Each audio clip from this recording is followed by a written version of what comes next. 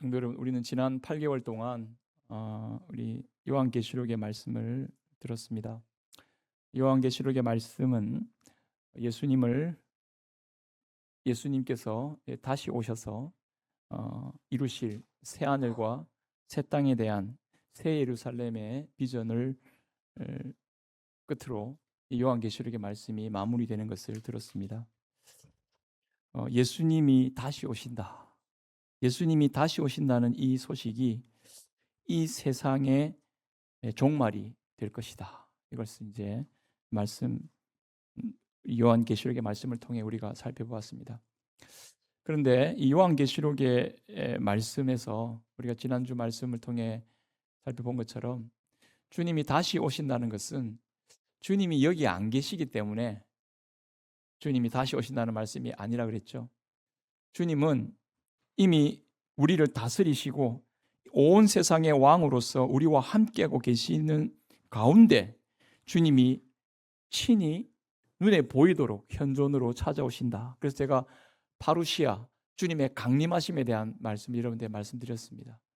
이미 다스리고 있지만 그 지역을 특별히 현장 시찰 나갈 때 이 파루시아라는 단어를 쓴다 그랬죠.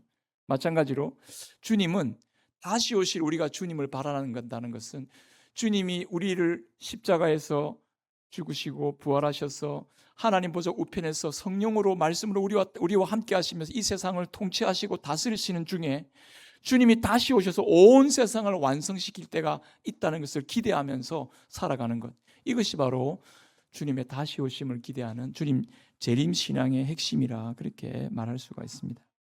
그래서 여러분, 우리가 주님의 다시 오심을 믿고 살아간다는 것, 그것은 우리가 당장 보기에는 고난의 현실이 있고 어려움의 참 일들을 직면하고 뭔가 정말 내가 마음먹은 대로, 내가 기도한 대로 뭔가 이렇게 일이 술술 풀려가면 좋은데 그렇지 않는 세상을 우리가 맞이하면서 우리는 그 가운데서 하나님 앞에서 내가 어떤 자세로 이 어려움을 돌파해 나가고 시험을 이기고 주님 앞에 살아갈 수 있을까?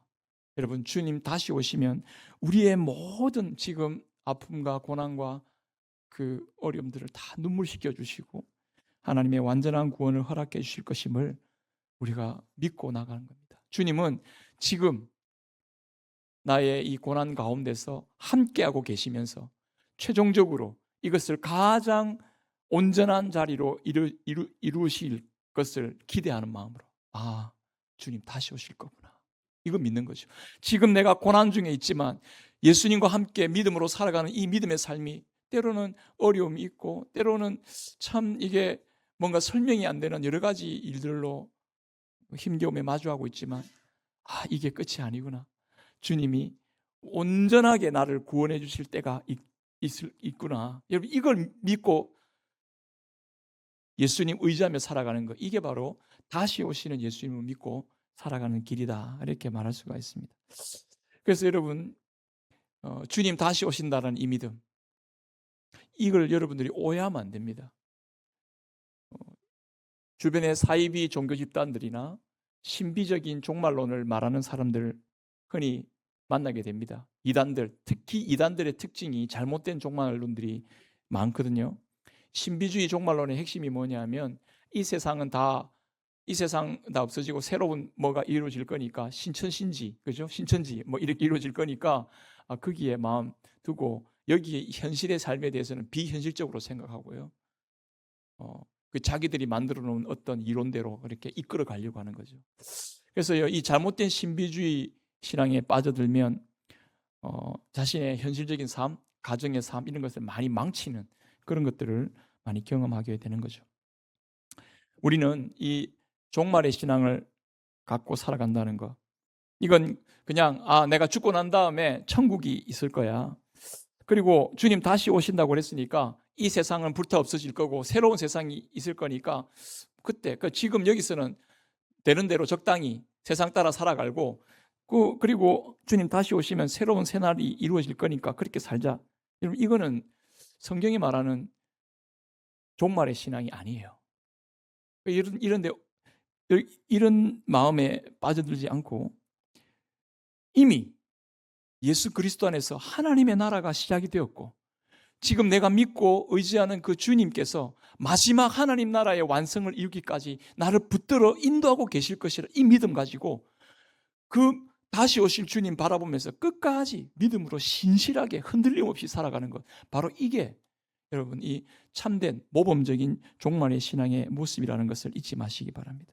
그래서 이미 나는 하나님의 소유된 자로서 주님의 나라를 경험하고 주님 나라가 내 안에서부터 시작되었다는 것을 고백하면서 이 나라가 점점 더 내 삶과 나의 주변과 이 모든 세상 가운데 퍼져가고 온 세상이 하나님 나라로 온전히 이루어질 때까지 나는 믿음을 굳세게 하고 한 걸음 한 걸음 주님 따라가는, 이게 바로 하나님 나라와 그 의를 구하며 살아가는 삶의 자세, 이게 바로 모범적인 종말론적인 신앙의 자세라 말할 수가 있는 것입니다.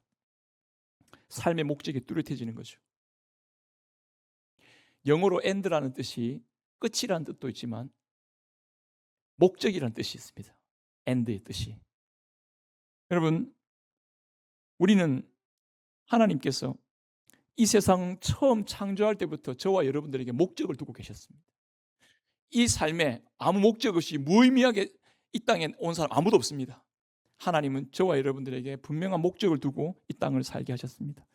흔들림 없이 일관되게 이 땅을 살아가게 만드는 그 삶의 목적, 여러분 그것을 잃어버렸는데 그걸 회복시켜 주신 것이 예수 그리스도로 말미암는 구원의 놀라운 일입니다. 그래서 여러분 우리는 그 하나님 나라를 바라보면서 지금 예수님을 믿는 내 삶, 나의 심령에서부터 하나님 나라가 시작되었구나. 그리고 내가 삶에 고난과 어려움, 역경이 있고 지금은 세상이 온전치 못하 보이지만 분명히 그 나라는 우리 가운데 이루어질 것이고 올 것이구나 고백하면서 우리는 주님 믿고 의지하면서 삶의 뚜렷한 목적과 방향을 따라 살아가게 되는 것입니다. 모범적인 종말 신앙을 가진 사람은 여러분 세상의 유행 따라 흔들리는 게 아니라 하나님의 약속하신 말씀을 따라 삶의 목적을 바로 세우고 바른 방향을 따라 나아가는, 방황하는 삶이 아니라 목적 없는 인생으로 살아가는 것이 아니라 하나님 앞에서 바른 목적을 가지고 바른 삶의 방향을 가지고 일관되게 살아가는 삶의 모습, 바로 그것이 모범적인 종말의 신앙을 가진 모습이라고 말할 수 있을 것입니다. 여러분 이제 데살로니가 전서에 나오는 이 말씀을 함께 살펴보려고 합니다. 우리 그리스도인은 한마디로 다시 오실 예수님을 대망하면서 아멘 주 예수여 오시옵소서라는 이 마라나타의 신앙을 가지고 사는 사람들이 그리스도인이라고 말할 수 있습니다. 하나님 나라를 가슴에 품고 살아가는 사람, 하나님 나라의 왕이신 예수님을 통해서 하나님 나라가 어떻게 우리 가운데 이루어지고 지금 진행되고 있고 함께하고 있는지 우리는 이 믿음을 가지고 이 땅에서 더욱더 온전하고 모범적인 신앙의 삶을 살아갈 수 있습니다. 이걸 보여주는 아주 중요한 말씀의 내용이 데살로니가 전서에 포함되어 있습니다. 데살로니가인들에게 보내는 이 사도 바울의 편지를 통해서 종말을 살아가는 우리 성도들의 바른 신앙의 자세를 한번 살펴보고 도전받을 수 있기를 간절히 바랍니다. 여러분 데살로니가 교회는요 사도 바울이 2차 전도 여행을 통해서 개척한 그런 교회입니다. 지도를 한번 보면요, 여러분 이거 우리나라하고 상관없는 지도니까 잘 모를 수 있지만 여러분들이 혹시나 그리스, 이탈리아 쪽으로 가시면 이 지도가 나오는데요. 그 사도 바울이 두 번째 전도 여행을 떠나면서 마게도니아에서 환상을 보면서 그 1차 전도 지역을 원래 돌아보려고 했다가 성령님이 아니야, 다시 건너가라 하고 그 마게도니아 환상을 통해서 우리로 와서 도우라는 그 말씀 듣고 딱 건너간 첫 번째 지역이 빌립보 지역입니다. 빌립보 첫 성으로 들어가서 거기서 복음 전하다가 또 쫓겨나고 그 다음에 간 지역이 어디냐, 바로 데살로니가입니다.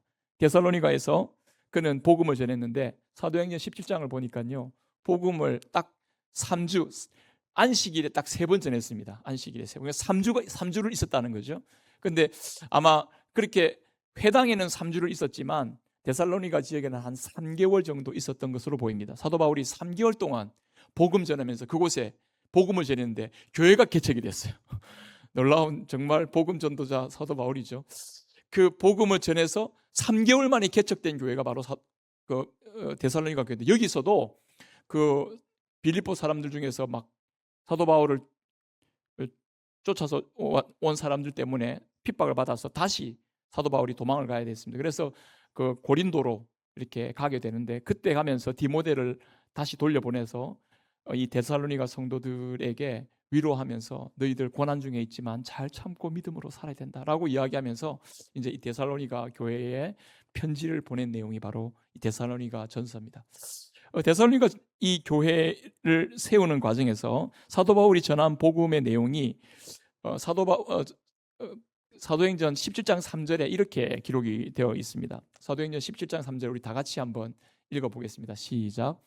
뜻을 풀어 그리스도가 해를 받고 죽은 자 가운데서 다시 살아날 것을 증언하고 이르되 내가 너희에게 전하는 이 예수가 곧 그리스도라 하니. 그 다음에 7절에도 한 번 더 읽겠습니다. 시작. 이 사람들이 다 가이사의 명을 거역하여 말하되 다른 임금 곧 예수라는 이가 있다 하더이다 하니. 자, 위에 3절은요 사도 바울이 데살로니가 성도들에게 예수님이 부활하셔서 죽은 자 가운데서 부활하신 분으로 이 땅에 계신 분이 그가 우리를 구원하실 그리스도 예수님이다 라고 부활의 주님을 정했는데, 7절에서는 뭐냐면 사람들이 예수님의 부활을 전하고 있는 사도 바울의 말을 듣고 난 다음에 뭐라고 인식을 했냐면, 지금 사도 바울이 우리가 가이사가 우리 황제 왕인데 가이사가 황제가 아니라 또 다른 황제, 또 다른 임금이 예수라는 사람이 있다고 합디다 라고 지금 이 사도 바울을 핍박하는 거예요. 자, 여러분, 제가 이 말을 통해서 여러분들에게 무슨 말씀을 전하려고 하냐면, 데살로니가 교회 성도들에게 전해진 이 복음, 그들은 이 복음을 어떻게 인식했냐? 예수님이 죽음으로 끝날 수밖에 없는 이 세상의 참 메시아로, 세상의 왕으로 오신 것을 그들이 받아들인 것을 고백하고 있습니다. 다시 말해서 예수님이 참된 구주와 왕으로서 우리를 구원하실 분으로 죽음에서, 십자가 죽음에서 사흘 만에 부활하셔서 하나님 보좌 우편으로 오르신 그 예수님, 바로 그분이 지금 세상의 왕으로 지금 우리를 통치하고 우리를 다스리시는 분으로 고백하고 있다는 거예요. 그리고 이 고백의 내용에 따라서 지금 이 데살로니가 성도들은요, 그들이 섬기던 황제 우상, 여러분 이 당시는요 황제도 우상으로 섬겼습니다. 그래서 황제 신상이 막 거리에 난무하죠. 황제를 버리고 또 온갖 이방 우상신들을 다 버리고 예수 그리스도를 믿고 하나님 앞에 나아가 하나님을 섬기는 자로 지금 변화되어지는 이 내용이 여기에 그 데살로니가 교회 성도들이 받았던 복음의 내용에 나타나 있음을 볼 수가 있습니다. 그래서 여기 데살로니가 교회 성도들을 향하여 편지를 보내면서 사도 바울이 이렇게 말합니다. 하나님 아버지와 주 예수 그리스도 안에 있는 데살로니가인의 교회. 지금 이 데살로니가인의 교회를요 어떻게 표현하고 있냐면, 그들이 지금 주님 안에 있다는 거예요. 지금 그들이 얼마나 지금 너희가 데살로니가에 있구나, 너희가 뭐 데살로니가의 어떤 건물 안에 있고 건물이 어떻고 사람이 얼마나 모이고 여기 이렇게 말하는 게 아니라, 너희들이 지금 하나님 아버지와 예수 그리스도 안에 너희들이 있다. 데살로니가 성도들은 굉장한 핍박과 고난 가운데 있었는데, 세상의 풍파와 어려움, 불안정한 모습 가운데 있는 그들이 아니라 지금 그들이 하나님 아버지와 예수 그리스도 안에 있다라는 것에 대해서 지금 주목하고 있습니다. 흔들리는 세상 속에 존재하는 교회가 아니라 하나님의 품 안에 있는 예수 그리스도의 은혜 안에 거하고 있는 이 교회. 이 교회가 얼마나 오래됐느냐, 얼마나 외부적인 조건이 얼마나 됐느냐, 여기에 지금 주목하고 있는 게 아니라 하나님의 품 안에 있는 교회라고 있는, 하나님의 품 안에 있는 주님의 교회라고 지금 주목하고 이 편지를 쓰고 있는 사도 바울을 여러분 기억할 수 있기를 바랍니다. 그러면서 사도 바울은 이 데살로니가 전서의 특징이 뭐냐면 매 장마다 예수님의 다시 오심에 대한 내용을 강조하고 있습니다. 데살로니가 전서를 보면요, 재미있는 게 각 장을 읽을 때마다 보면 항상 오늘도 보면 그렇게 나오는데요. 주님이 다시 강림하신다는 이 내용에 대해서 계속적인 강조를 하고 있습니다. 자, 저는 데살로니가 전서의 말씀에 주목하고자 하는 게 바로 이겁니다. 요한계시록에서 우리에게 선포하실 주님 다시 오신다는 말씀에 대한 온전한 복음을 듣고 이 데살로니가 성도들은 주님이 지금 우리를 다스리시는 왕으로 인식할 뿐만 아니라 동시에 주님 다시 오셔서 우리가 고난받고 어려운 가운데 있고 정말 힘든 가운데 있는 우리의 삶의 자리에서 하나님 나라를 완성하시러 다시 오신다는 이 분명한 재림신앙, 주님의 다시 오시는 종말신앙을 확실히 붙잡고 모범적인 신앙의 삶을 살아가는 이 모습을 여기서 보여주고 있다는 겁니다. 사도 바울은 이 데살로니가 성도들에게 편지를 보내면서 그들을 꾸중하거나 그들을 막 이렇게 그들의 뭘 지적하려고 이 말씀을 쓴 게 아니고요. 그들을 칭찬하고 그들을 격려하기 위해서 이 말씀을 썼습니다. 데살로니가 성도들은요, 이 복음의 말씀을 들은 지 3개월밖에 안 되는 아주 3개월 만에 생겨진 교회이지만 이들이 말씀을 그대로 딱 받아서 순수한 마음으로 말씀을 받아서 예수님이 지금 우리의 왕으로 우리를 다스리실 뿐만 아니라 다시 오셔서 우리를 온전케 하실 것을 믿습니다라는 그 굳센 믿음 가운데 굳게 서니까, 핵심을 붙잡고 딱 굳게 서니까 그들이 모범적으로 믿음의 역사와 사랑의 수고와 소망의 인내를 가지고 온전하게 신앙생활하는 것을 칭찬하고 격려하면서, 야, 너희들이 정말 이 모든 지역의 믿음의 본이 되고 있구나, 이걸 지금 강조해주고 격려해주고, 그리고 많은 사람들에게 데살로니가 성도들과 같은 신앙생활을 해야 된다라고 지금 격려해주면서 이 편지를 쓰고 있는 겁니다. 저는 오늘 이 데살로니가 전서의 말씀을 시작으로 해서 주어지는 시간 동안 이 말씀을 통해 우리가 정말 이 땅에서 하나님 앞에서 어떤 모범적인 신앙으로 어떤 신앙을 본받고 살아가야 될 것인지를 한번 이 말씀을 통해 한번 깨닫고 나갈 수 있기를 간절히 바랍니다. 특별히 오늘은 사도 바울이 그렇게 기도하면서 감사하면서 끊임없이 자신의 생각 속에서 되뇌이고 있는 이 데살로니가 성도들의 믿음의 역사, 사랑의 수고, 소망의 인내에 대한 이 세 가지 큰 그림을 서론적으로 여러분들에게 설교하면서 우리가 모범적인 신앙의 삶의 자리에 이 믿음, 소망, 사랑이 있다는 것, 아니 믿음, 사랑, 소망이 있다는 것, 이 세 가지를 마음에 품고 이 세 가지를 우리의 삶의 자리에서 구현해 나가는 것, 여러분, 이것이 우리를 이 땅에서 정말 하나님 기뻐하시는 그런 소망, 그런 기뻐하시는 모범적인 신앙의 삶을 살게 만드는 중요한 내용이라는 것을 우리 좀 깨달을 수 있는 시간 되기를 바랍니다. 특별히 여러분, 이 믿음, 사랑, 소망이라고 했을 때 이건 절대 추상적인 단어가 아닙니다. 적어도 데살로니가 성도들에게는 믿음은 역사를, 사랑은 수고를, 소망은 인내를 딱 그들과 연결되어 있었습니다. 성도 여러분, 먼저 사도 바울은 데살로니가 성도들의 믿음에 주목을 합니다. 이들의 믿음은요, 능동적이고 적극적으로, 여러분, 분명히 고난과 핍박, 자기도 사도 바울도요, 고난받아가 죽을 것 같으니까 도망갔어요.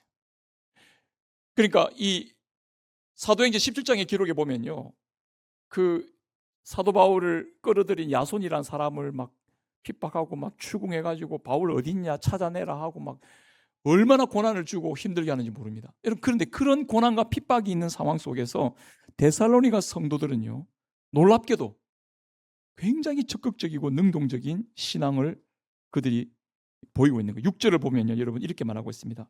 또 너희는 많은 환난 가운데서 성령의 기쁨으로 말씀을 받아 우리와 주를 본받는 자가 되었다. 주를 본받는 자가 되었을 뿐만 아니라 7절에 보면 그러므로 너희가 모든 마게도니아와 아가야에 있는 모든 믿는 자의 본이 되었다. 여러분, 지금 믿은 지 얼마 안 된 이 신생교회가 모든 주변의 마게도니아, 그 당시 그 그리스 지역에 있는 그 전체 흩어져 있는 성도들이, 야, 신앙생활 저렇게 하는 거지 라는 모범을 보였다는 거예요. 여러분, 그런 분 있잖아요. 우리 교회 딱 와서 예수 믿고 난 다음에 사람이 완전히 변했어요. 그리고 난 다음에 정말 착실하게 모범적으로 신앙생활, 야, 저렇게 예수 믿어야 된다, 이런 거죠. 이런 지금 평가를 데살로니가 성도들이 받고 있는 거죠.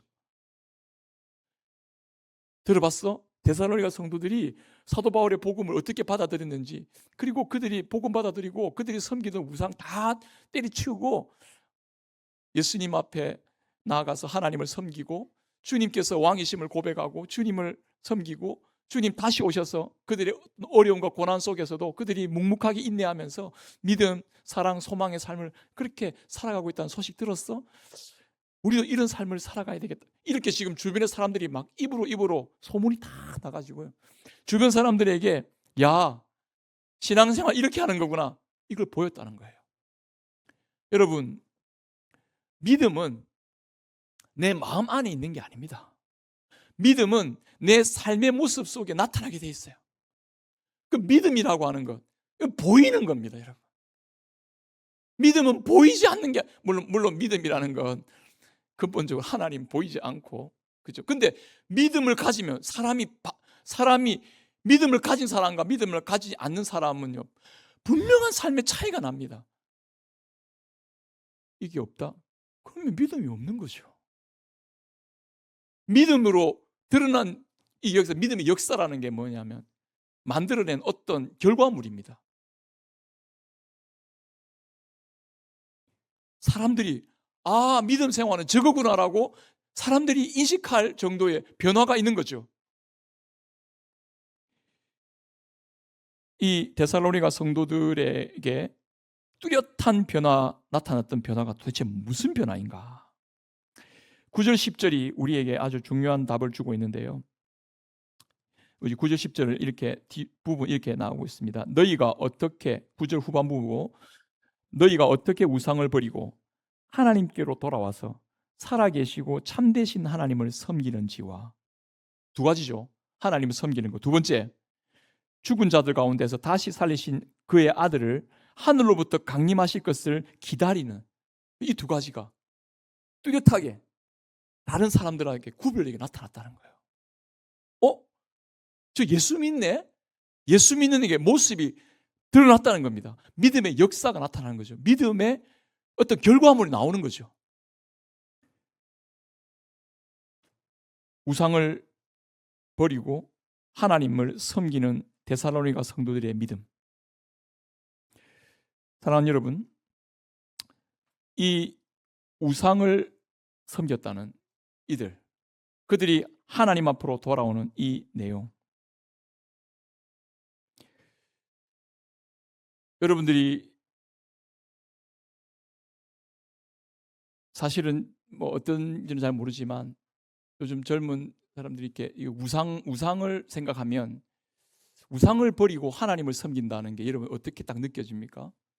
우리 예전 분 같은 경우는 뭐 여러분 마을마다 뭐 당산나무가 있고, 그죠? 막 이 무상들을 막 읽다가, 저도 예전에 부목사 전서 섬길 때 어디 신방 갔다가 집에, 목사님 우리 집에 우상 단지 좀 치워주세요 하고 그래가지고 가서 다락에다가 이렇게 신 모셔놓고 있는 그거 제가 치워드리고 같이 기도하고 예배드리고 했던 기억 나는데, 요즘은 그런 데는 없죠. 근데 여러분, 이웃나라 일본만 가도, 여러분 일본 여행 한번 가보셨습니까? 일본 가면요, 일본은요 지금 800만 개의 우상이 있습니다. 800만 개. 이해가 됩니까? 여러분, 왜 800만 개의 우상이 있냐면은, 일본은요 가는 곳곳마다, 그 당시, 그러니까 뭐 지금 제가 그때 통계로 볼 때 그랬는데, 가는 곳곳마다 자기들이 섬기는 조상신들이 다 있습니다. 우상의 나라 하면 사실은 일본인데요, 집집마다 신당을 세워놓고 섬깁니다. 근데 이걸 다 거부하고 하나님을 섬기는 뚜렷한 내용을 보여준 사람이 있습니다. 제가 여러분들이 이 데살로니가 성도들의 신앙의 모습을 좀 이해하기 쉽게 설명하기 위해서, 일본에 이 우상을 섬기다가 하나님께로 돌아온 한 사람을 여러분들에게 간단하게 소개해 주면 좋겠다 싶어서 이 사람을 소개할게요. 이 사람이 누구냐면 우찌무라 간조라는 일본의 유명한 그리스도인이 있습니다. 내촌감상이라는. 사실 일본의 거의 굉장히 큰 유명한 이 지성인이요, 철학자 중에 한 사람이기도 하고 선생님이기도 한 이 분인데요. 이분은 원래 다신교 전통의 신도와 불교 문화 속에 깊이 찌들려 있었던 사람이었습니다. 이 사람은 항상 거리를 지나고 절을 할 때마다 내가 누구라도 지금 막 신들이 너무 많으니까 한 신이라도 소홀히 하면 한 신이 섭섭해할까봐 그 때문에 그죠? 뭐 나에게 뭐 풍요를 주는 신, 나에게 뭐 집집마다 뭐 다 이렇게 섬기는 신 있잖아요. 그 신 중에서 내가 한 신이라도 섭섭하게 하면 그 신이 나에게 또 재앙을 줄까봐 갈 때마다 절하고 지성을 드리는 거죠. 그렇기 때문에 항상 여기에 이 우상에 찌들려 있는 거예요. 그거 안 하면 자기가 해코지 당할까봐. 근데 그러다가 이 사람이 선교사가 전해주는 억지로 성경을 배우게 되고 거기서 하나님이 한 분뿐이라는 사실을 깨닫게 됩니다. 아, 우상이 하나님이 한 분이다. 그러면 뭐예요? 자기 볼 때마다 막 가서 그렇게 할 뻔, 한 분에게만 잘하면 되잖아요. 한 분에게만.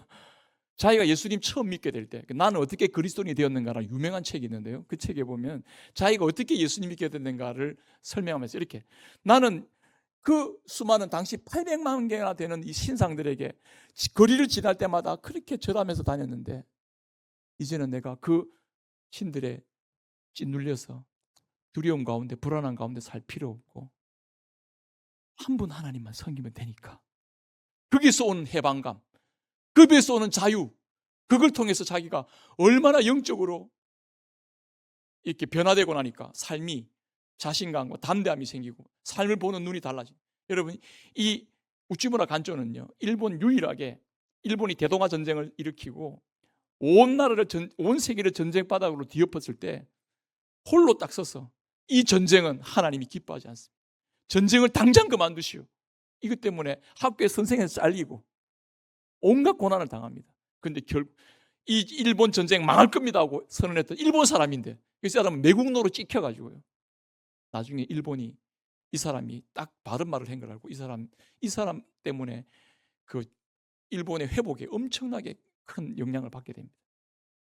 아무튼 그건 이제 이 뒤의 이야기지만 이 사람 처음 예수 믿을 때 이 모습이 바로 이런 모습이죠. 참 성도 여러분, 지금 우리의 삶의 모습,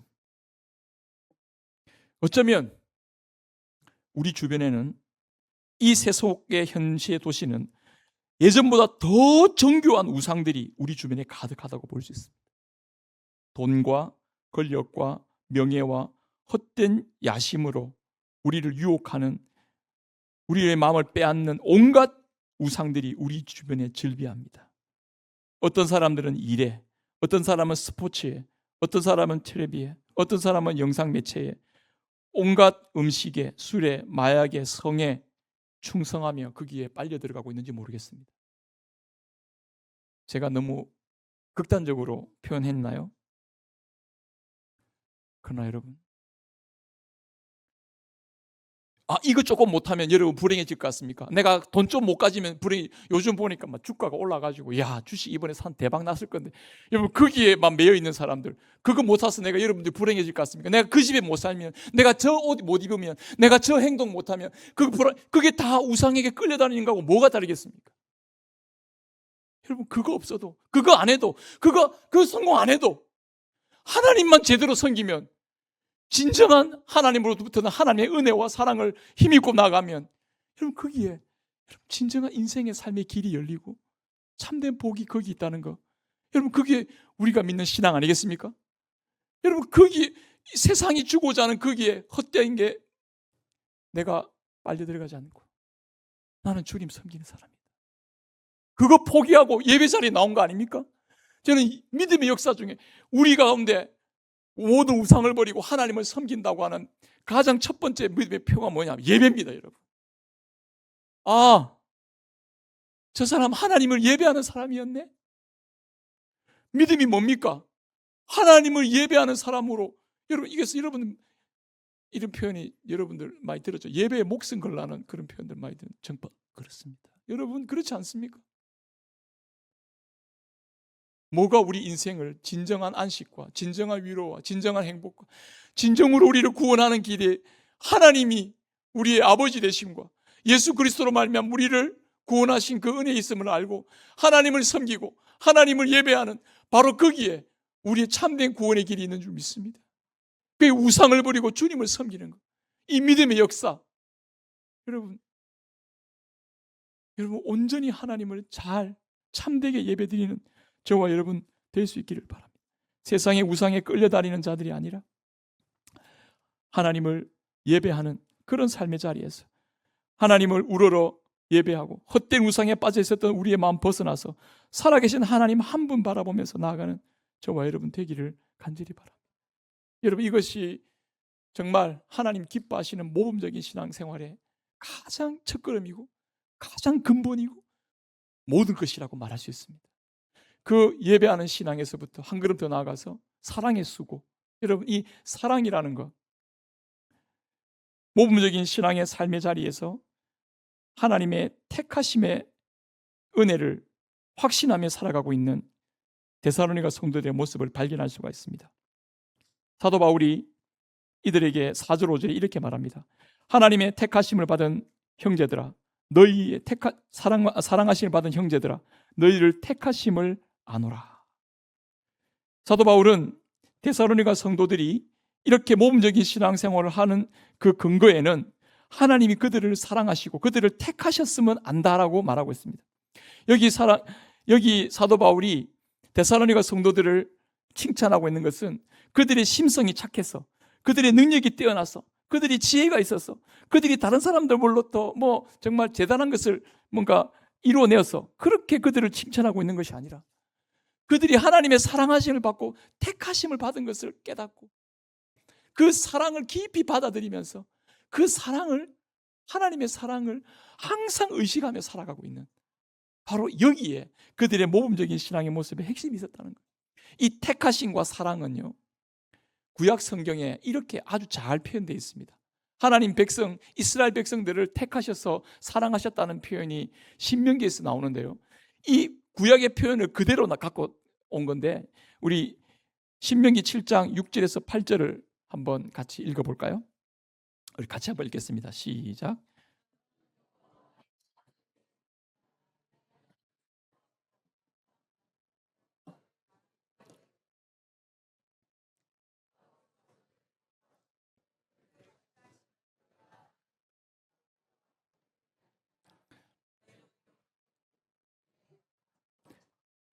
여호와께서 다만 너희를 사랑하심으로 말미암아, 네, 여기까지.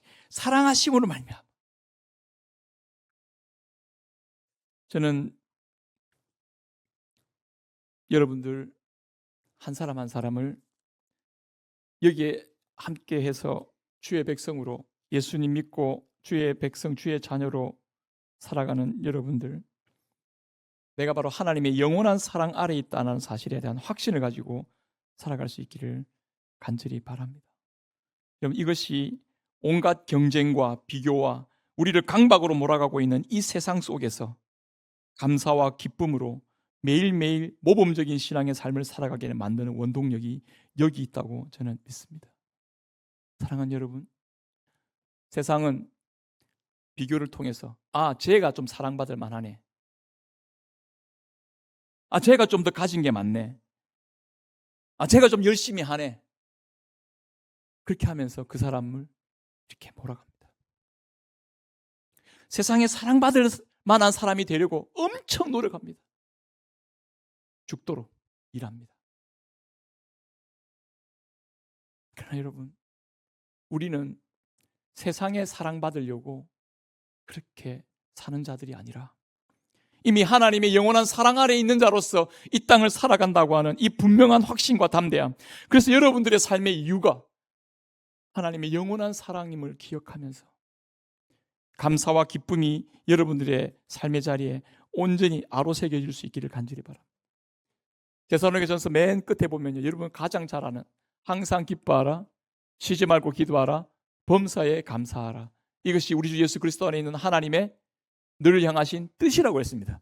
여러분, 이 유명한 구절이 나오는 데살로니가전서, 나중에 5장 가서 이야기를 하겠지만 여러분, 데살로니가 성도들의 그 삶을 장악하고 있었던, 그 삶을 붙잡고 있었던 것, 항상 기뻐하고 모든 일에 감사하면서, 여러분, 주님 앞에 기도하여 삶을 끊임없이 살아갈 수 있었던 근거가 뭐냐? 하나님의 영원한 사랑 아래 자기가 놓여 있다는 사실을 잊지 않고 항상 하나님 앞에 어떤 삶의 굴곡진 일들을 경험한다 할지라도 바로 거기에서 하나님의 사랑을 주목하고 다시 오뚜기처럼 일어서고 흔들린 자리에서 흔들림 없이 자기를 지켜갈 수 있는 근거가 바로 여기에 있었다라는 것입니다. 이 사랑을 깨닫고 나니까 이제 그 사랑으로 다른 사람을 오히려 돕고 자기를 희생할 줄 알고, 이미 하나님 나에게 희생적인 사랑으로 나를 사랑하신 것을 깨달았기 때문에 그 사랑으로 다른 사람을 돕고 섬기고 또 자기 희생적인 삶을 기쁘게 감당해내는 그런 성도의 삶을 살아갈 수 있었다라는 것입니다. 여러분, 우리의 삶의 진정한 그 성공, 우리의 진정한 삶의 길은 어디에 있습니까? 내가 사랑을 받고 사랑을 주는데 우리의 삶의 진정한 성공과 길이 있는 줄로 믿습니다. 마지막으로 이 데살로니가 성도들은 소망의 인내 가운데 있었습니다.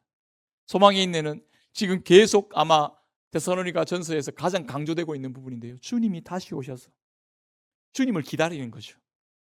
여러분, 이 인내의 모습, 예수 믿는 사람들은요 온전한 인내를 이루는 사람들이다, 이렇게 말할 수가 있습니다. 모범적인 신앙의 삶을 살아가는 사람들은 잘 인내하는 사람이라고 말할 수 있습니다. 이 인내에는 두 가지가 있습니다. 하나는요, 인내를 온전히 이루기 위해서는 하나는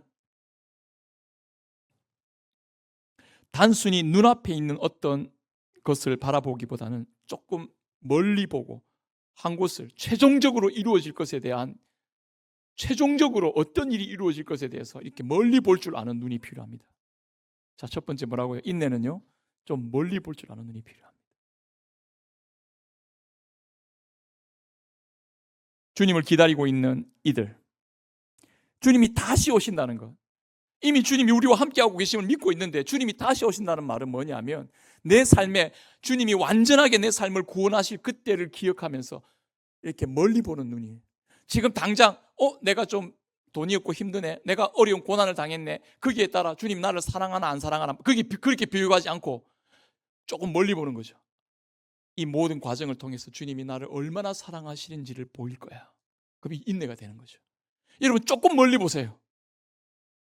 이게 인내하는 길입니다. 조금 멀리 뭘 어디까지 보라는 거예요? 히브리서 12장 1절 2절 같이 한번 읽겠습니다. 히브리서 12장 1절 2절 한번 띄워주시죠. 시작. 아니. 히브리서 12장. 이거 안 적었나? 죄송합니다. 히브리서 12장. 이건 좀 이따 봐야 되고. 첫 번째, 믿음의 주요 온전케 하시는 이인 예수를 바라보자. 그는 기쁨을 위하여 십자가를 참으사 부끄러움을 개의치 아니하시더니 하나님 보좌 우편에 앉으셨다. 그러고 이야기하면서 주님 바라보자. 여러분, 우리가 인생을 볼 때 여러분, 주님이 하나님 보좌 우편에서 우리를 보고 계세요. 너무 눈앞의 것만 보지 마시고 조금 멀리 보면 됩니다. 지금 당장의 결과에만 여러분 치중하지 마시고 조금 멀리 보십시오. 인내, 그것은요 결과가 아니라 과정을 소중히 여기는 마음입니다. 히브리서 10장 이제 좀 띄워주십시오. 이제 마지막 내용입니다. 같이 읽겠습니다. 시작. 너희에게 인내가 필요함은 너희가 하나님의 뜻을 행한 후에 약속하신 것을 받기 위함이라. 잠시 잠깐 후면 오실 이가 오시리니 지체하지 아니하시리라. 나의 의인은 믿음으로 말미암아 살리라. 또한 뒤로 물러가면 내 마음이 그를 기뻐하지 아니하리라 하셨느니라.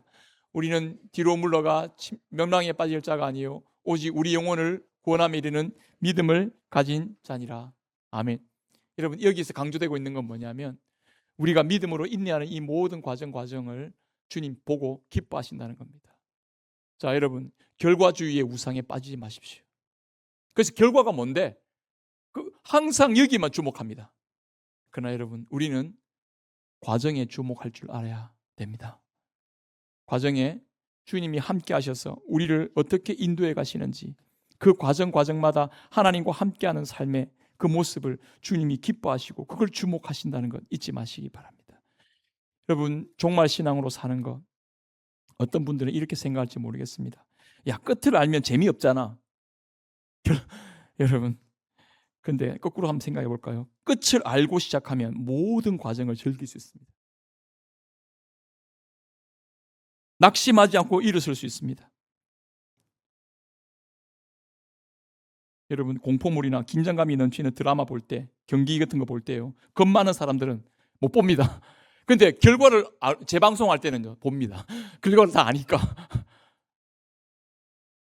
미래의 소망 가운데 살아간다는 것, 그것은 어떻게 보면 확신과 안정감을 가지고 지금 내게 마주하고 있는 이 정말 드라마 같은 삶의 그런 어려움이 내 안에 닥쳐질 때 거기에 짓눌리지 않고 거기에 사로잡히지 않고 의연하게 일어설 수 있는 그 믿음, 주님께서, 예수 그리스도 안에서 나를 구원하신 주님께서 온전히 나를 구원하실 것을 기대하면서 낙심하지 않고 흔들림 없이 우리의 길을 걸어갈 수 있는 근거가 될 줄로 믿습니다. 사랑하는 여러분, 이 종말의 신앙을 굳건히 가지고 참된 하나님의 사람으로 주님 앞에 세워가는 저와 여러분들이 되기를 바랍니다. 사랑하는 자들아, 우리가 지금은 하나님의 자녀라. 장래에 어떻게 될지는 아직 나타나지 않았으나 그가 나타나시면 우리와 그와 같이 될 것을 아는 것은 참모습 그대로 볼 것이기 때문이니 주를 향하여 이 소망을 가진 자마다 그의 깨끗하신 것 같이 자기를 깨끗하게 하느니라. 아멘. 우리 찬양하며 기도의 자리로 찬양하며 주님 앞에 나가도록 하겠습니다.